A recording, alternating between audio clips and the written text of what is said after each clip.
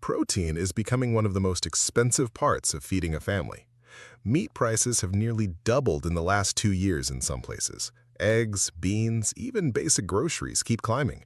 And meanwhile, there are plants growing quietly in backyards right now that produce more protein per square foot than most meat year after year with almost no work once they're established. Some of these plants survive drought. Some keep producing for decades without replanting. One of them was so productive it fed entire civilizations and is still used today as a primary protein source for millions of people.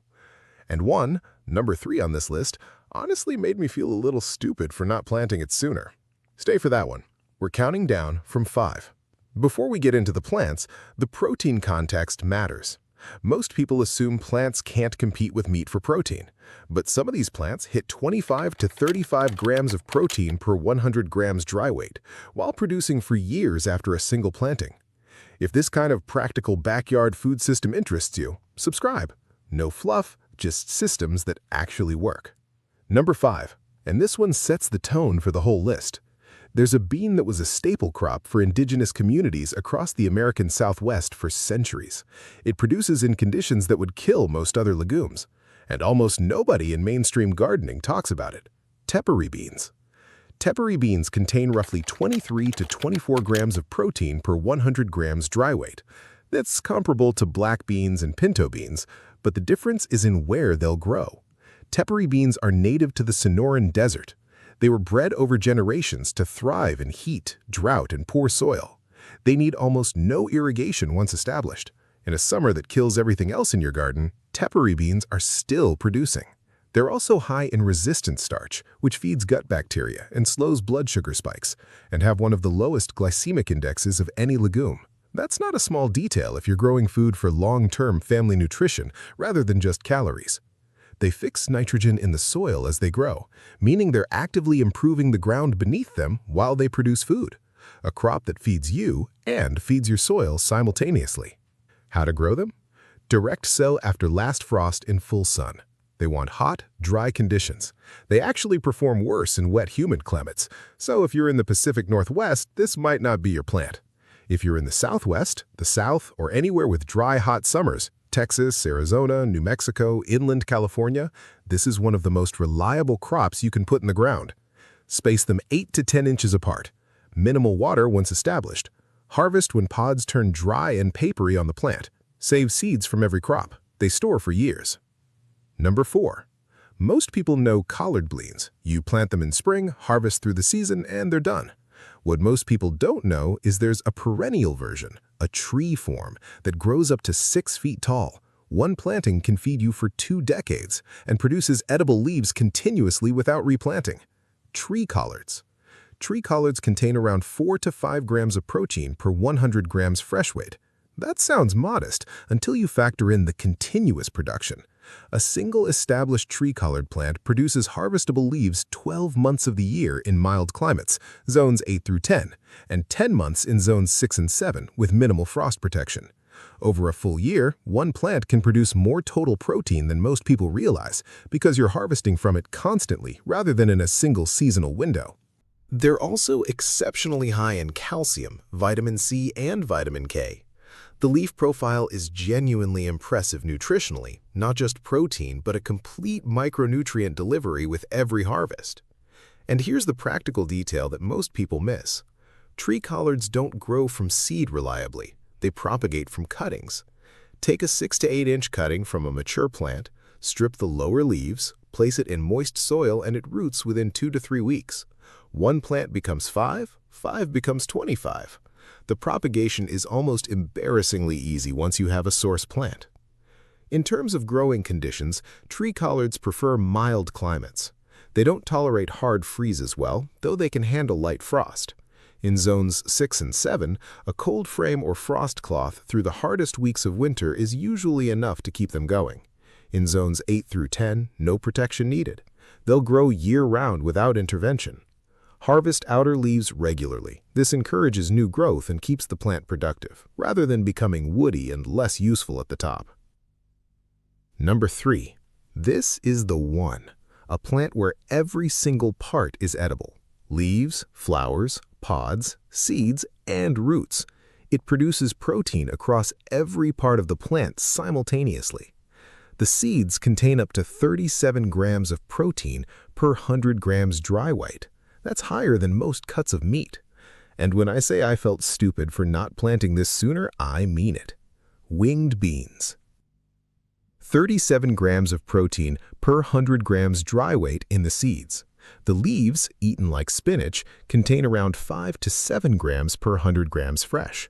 The roots, which form large edible tubers, contain around 15 to 20% protein. That's higher than most root vegetables by a significant margin.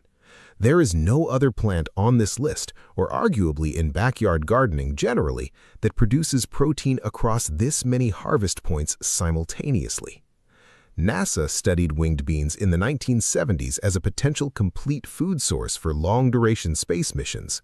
The reason? It comes closer to being a complete nutrition source from one plant than almost anything else in the botanical world. The fat profile in the seeds is comparable to soybeans. The amino acid profile is complete. You're not just getting protein, you're getting a nutritionally balanced food source from one plant. Growing conditions. Winged beans are tropical. They thrive in zones 9 through 12.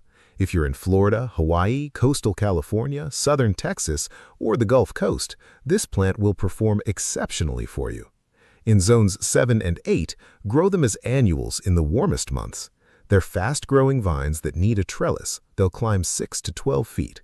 They don't tolerate frost at all, so timing your planting after last frost is non-negotiable. In warm climates, they'll flower and pod continuously from midsummer through fall. One mistake most people make with winged beans: harvesting the pods too late. Young pods at 2 to 3 inches are tender and edible whole, like green beans. Let them mature to full size and the pods become tough and fibrous. You want either young whole pods or fully mature dried seeds. The in-between stage, almost mature but not fully dried, gives you pods that are difficult to eat and seeds that aren't ready for storage. Pick young for fresh eating. Leave the rest to fully dry on the vine for seed harvest. Number 2. This plant grows into a shrub that can reach 15 feet. It produces leaves year-round in warm climates. It contains roughly 5 to 7 grams of protein per 100 grams fresh weight. But the real story is the volume it produces. A single mature chaya plant produces more edible leaf material per year than most backyard gardeners can use.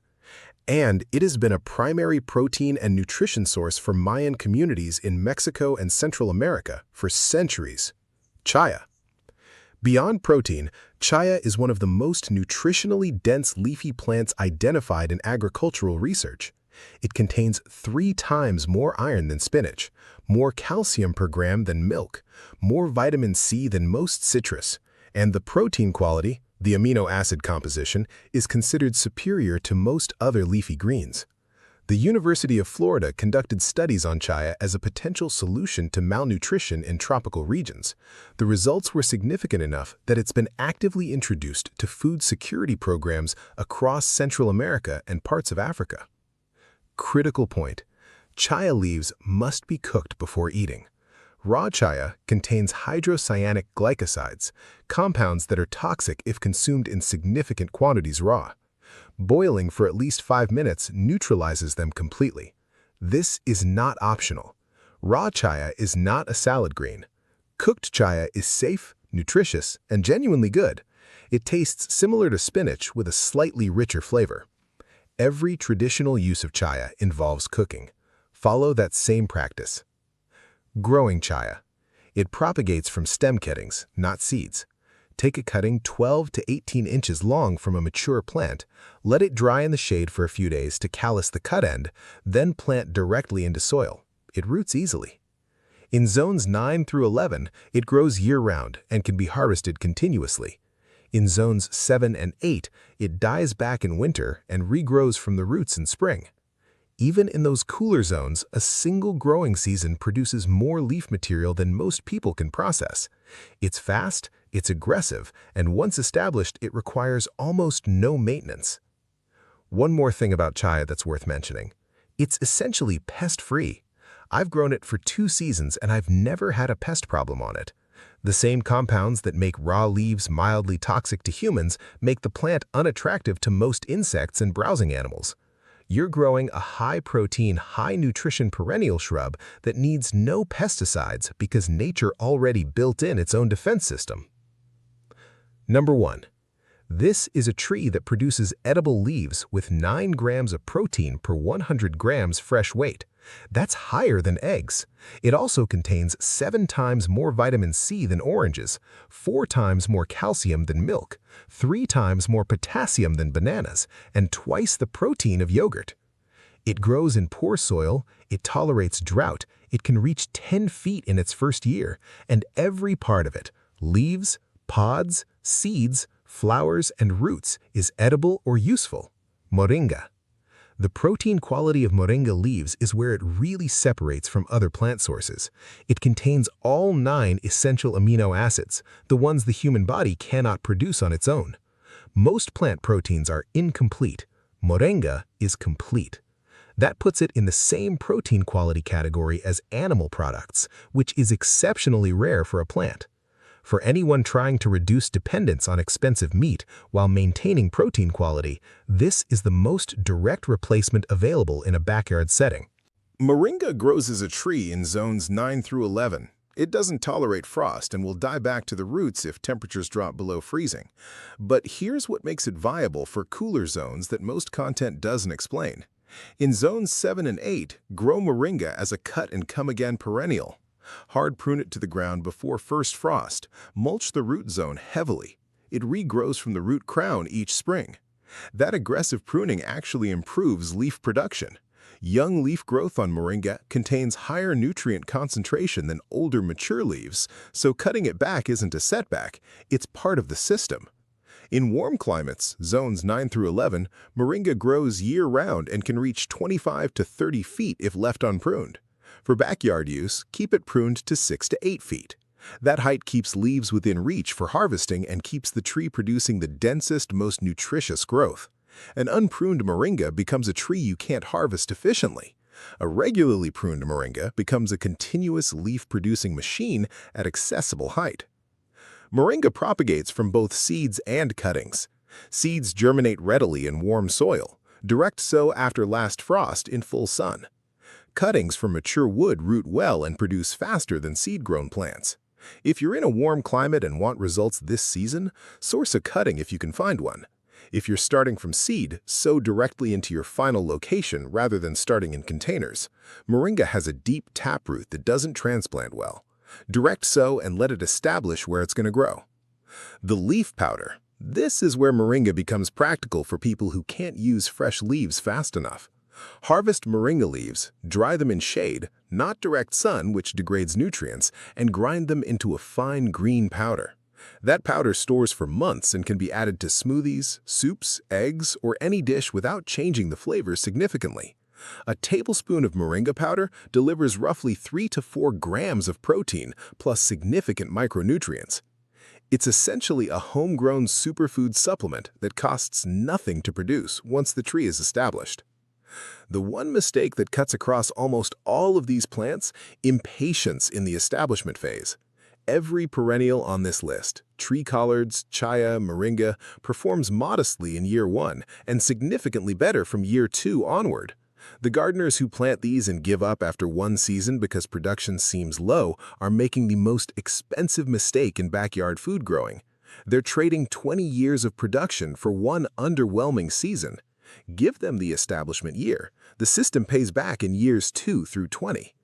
If you plant any of these this season, drop a comment. Tell me which one, where you are, what zone you're in. And if building a complete backyard food system interests you beyond just protein, I've got a video on the 7-tree food forest that produces fruit, nuts, and berries for 20+ years from a single afternoon of planting. Same principle. Build it once, let it run.